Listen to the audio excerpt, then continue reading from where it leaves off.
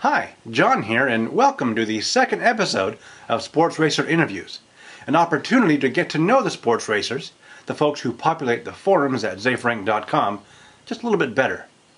This episode is part 2 of a multi-part interview with Scott Moore, who many of you know as AwedJob.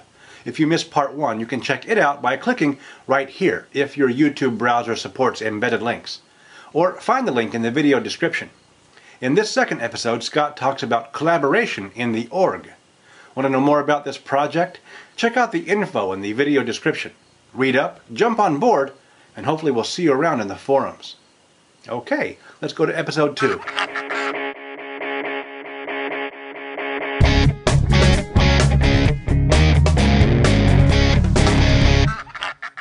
The great part about the org was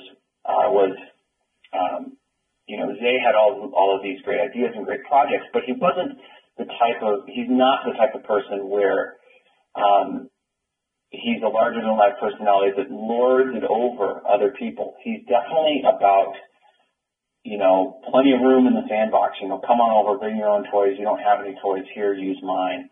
But encouraging people, teaching them the best way to play so that I can then go out and, build a sandbox of my own and invite my own friends over. And the org was great for that because it was really easy to set up projects. It was a very elegant solution, Support and Comfort made for the org. So many projects were spawned in there. CrackerCon was one of them, had an exquisite corpse. We did this one thing called the O.I.M.U, which is the org improvisational mashup, O.I.M.U, where there was this thing where you could randomize pictures and it would call up like 10 thumbnails. People would link to a gallery of their images that they would host on Flickr, and the org servers would sort of like save a thumbnail, and then whenever you would click on the thumbnail, it would call out to Flickr, and it would use the URL. It would just embed the URL instead of hosting the full res image. So it had all. At least I think that's how it worked. Again, artist, not technical. Right. But you could just randomize all of these thumbnails, and you could link to people that way.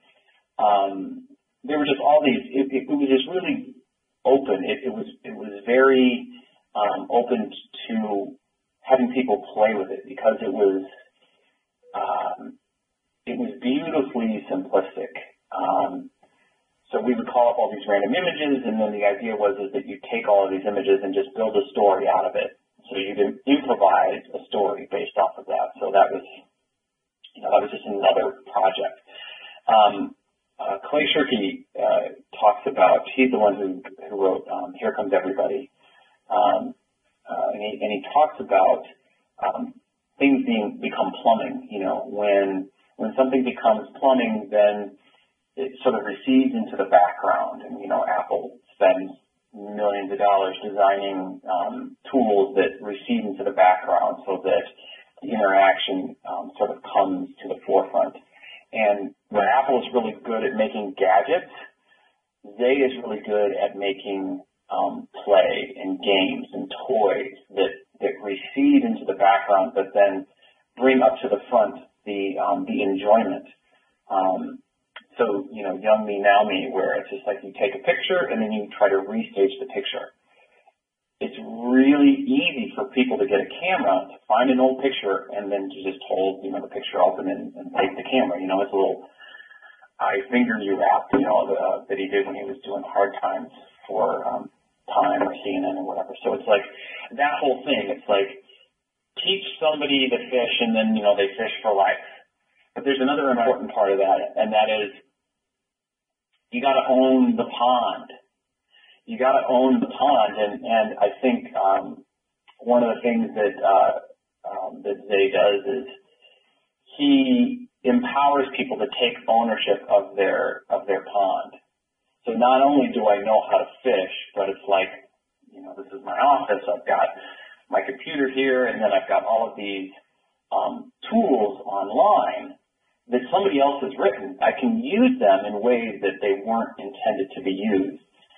Back when he did color wars, I think he I don't know, there was something about Twitter and because he was using Twitter primarily for the color wars as the medium. I don't know if he broke Twitter or something happened, but it was because Twitter was being used in a way that it wasn't normally intended. And that's okay. So giving people permission. Hold on a second. I gotta check I think I'm almost out of batteries on my camera.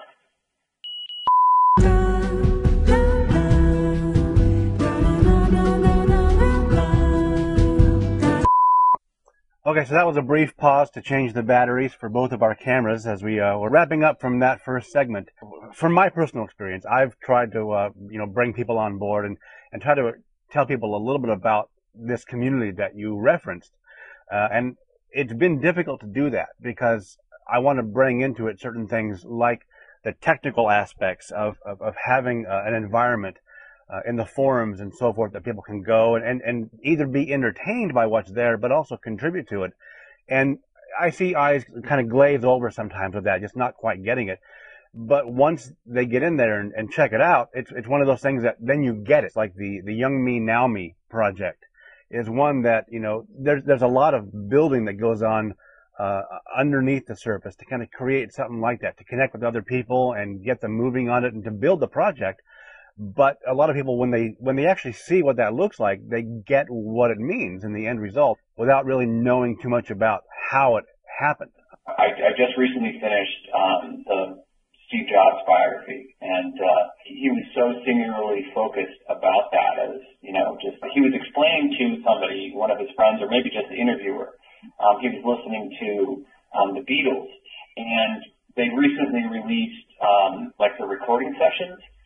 And yes. I don't know if it's Hey Jude or it's some song where they go through each iteration and then all of a sudden they arrive at the song that we know, and it's like, oh my God, it's perfect. After hearing all of the other parts that are equally as beautiful, but it's the paring down and it's the eliminating of the superfluous stuff, of the stuff that's non-essential, and then just refining it and iterating it until all that's left is the gold, Right. And right. Exactly. My mom can appreciate Young Me Now Me. My grandmother can appreciate Young Me Now Me because it strikes an emotional chord, and they could even participate in it, and that's the low threshold.